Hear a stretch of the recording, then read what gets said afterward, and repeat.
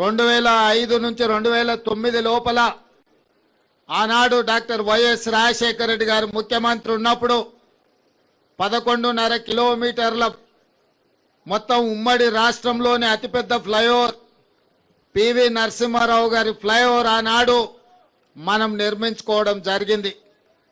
మళ్ళీ ఈరోజు కాంగ్రెస్ పార్టీ అధికారంలోకి వచ్చిన తర్వాతనే 4 కిలోమీటర్లు పైగా రెండవ అతి పొడవైన ఫ్లైఓవర్ ఈరోజు జూ పార్క్ దగ్గర ఆరాంఘర్ ఫ్లైఓవర్ని మనం నిర్మించుకొని మనకు మనమే పోటీ అని ఈరోజు నిరూపించుకోవడం జరిగింది.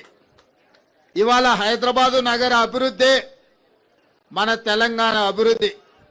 ఈ హైదరాబాదు నగర అభివృద్ధి కోసం మన ప్రభుత్వం వచ్చినప్పటి నుండి ప్రణాళికలు చేసి ప్రణాళికలలో భాగంగా రోడ్ల విస్తరణ, మెట్రో రైల్ నిర్మాణం, తాగునీటి సమస్యల పరిష్కారం, అదేవిధంగా శాంతి భద్రతల పరిరక్షణ, నిరుద్యోగ యువకులకు ఉద్యోగ ఉపాధి అవకాశాల కార్యక్రమాలన్నిటిని కూడా తీసుకొని ఒకటొక్కటిగా పరిష్కరించుకుంటూ ప్రజాప్రతినిధుల చేత చర్చ చేస్తూ ఈ సమస్యలను అన్నిటిని కూడా పరిష్కరించుకున్నాం.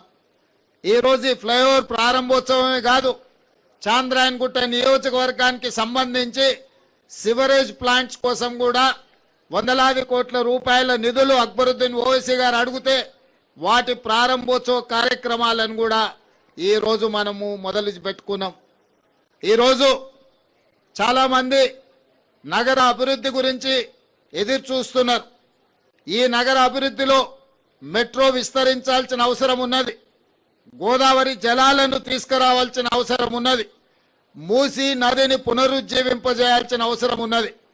ఆనాడు నిజాం సర్కార్ 1908లో వరదలు వచ్చినప్పుడు హైదరాబాదు నగరంలో వేలాది మంది చనిపోయినప్పుడు ఆ రోజు మోక్షగుండం విశ్వేశ్వరయ్యను ఒక ఆర్కిటెక్టుగా ఇంజనీర్గా నియమించి ఉస్మాన్ సాగర్, హిమాయత్ సాగర్ను నిర్మించడమే కాకుండా వకారాబాద్ నుంచి వచ్చే మూసా, ఈసా నదుల యొక్క వరదల్ని నియంత్రించి హైదరాబాద్ నగరానికి తాగునీటి సమస్యను పరిష్కరించడమే కాకుండా ఈ హైదరాబాద్ సిటీని లేక్స్ అండ్ రాక్ సిటీగా ప్రపంచంలోని ఒక గొప్ప పేరు నిజాం సర్కార్ ఆనాడు హైదరాబాద్ నగరానికి తీసుకొచ్చిండు.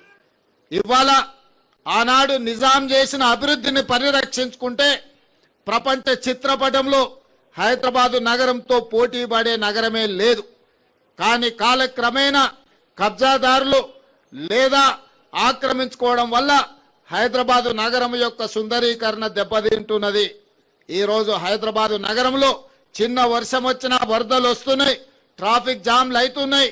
వీటన్నిటిని కూడా పరిష్కరించుకోవాలన్న ఆలోచనతోనే ఈరోజు మన ప్రభుత్వం ముందుకు వెళ్తుంది.